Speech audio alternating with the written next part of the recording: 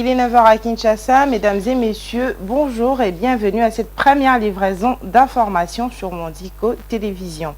Le président de la République, Félix-Antoine Tshisekedi, a en sa qualité de magistrat suprême assisté le mardi 15 octobre 2024 à la rentrée judiciaire de la Cour de cassation.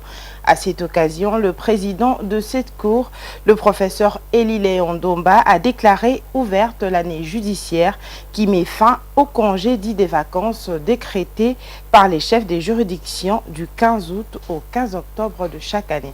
Viningali Junior pour les détails.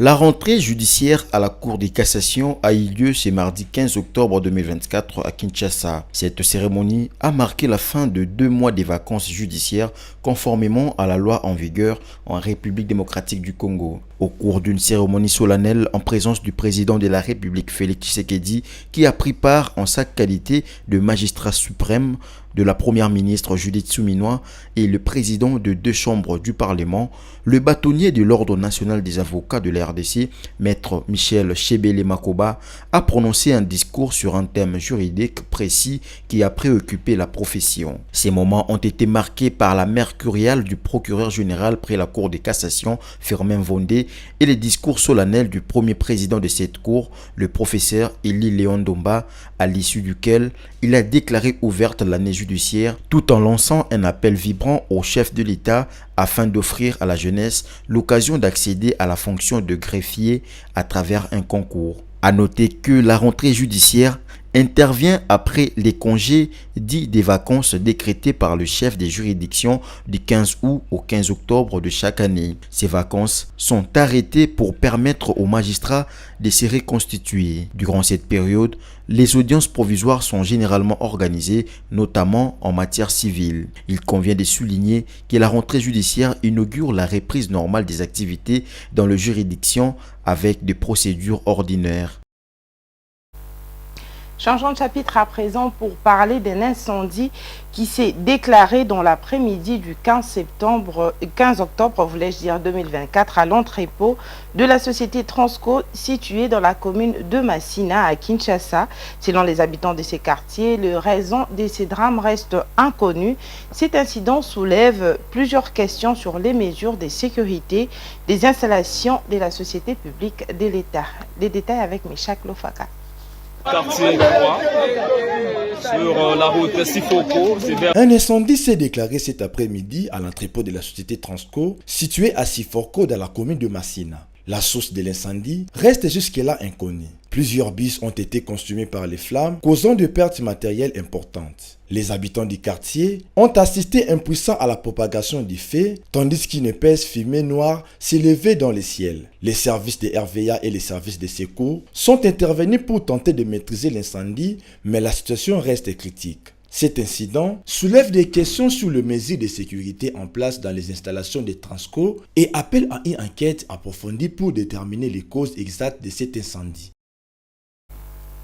Et toujours le 15 octobre, un incendie s'est déclaré cette fois-ci dans la matinée au quartier limité résidentiel à Kinshasa.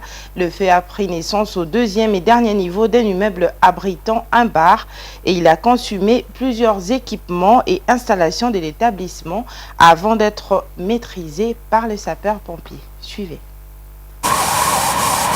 De l'extérieur, on peut constater que l'incendie a causé des dégâts considérables, consumant de meubles, des appareils électroniques et d'autres installations. Des traces de fumée et les restes des matériels brûlés a laissé les riverains préoccupés par la sécurité de leur environnement. Bien que l'origine de l'incendie reste encore inconnue, certaines personnes sur place évoque la possibilité d'un court-circuit. Présent au moment de fait, l'un des témoins raconte comment tout a commencé.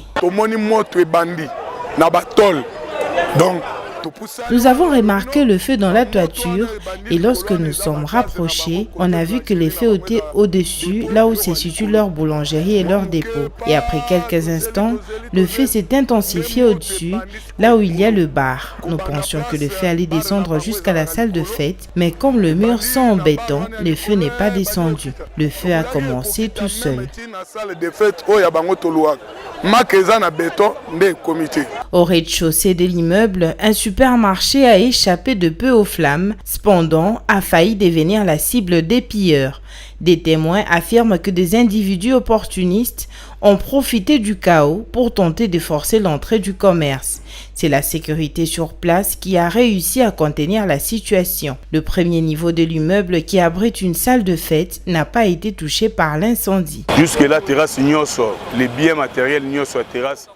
Jusque-là, toute la terrasse avec ses matériels sont partis en fumée et les délinquants voulaient faire éruption au supermarché. Ils n'ont pas pu parce qu'il y avait une forte résistance de la part des agents de la sécurité et de la police. Hormis les dégâts dans la terrasse, la maison voisine a connu un petit dommage. La salle de fête et le supermarché n'ont connu aucun dégât. Et puis la parcelle voisine, moi, est touché, moi, la tôle mouquée. Pour l'heure, seule une enquête pourra faire la lumière sur cet incendie. Aucun blessé n'a été signalé, mais les dégâts matériels au niveau du bar sont considérables. Voilà, c'est la fin de cette première livraison d'informations. Retrouvez la deuxième livraison avec le Flash Info à 11h30. D'ici là, bon suivi de programme sur nos antennes.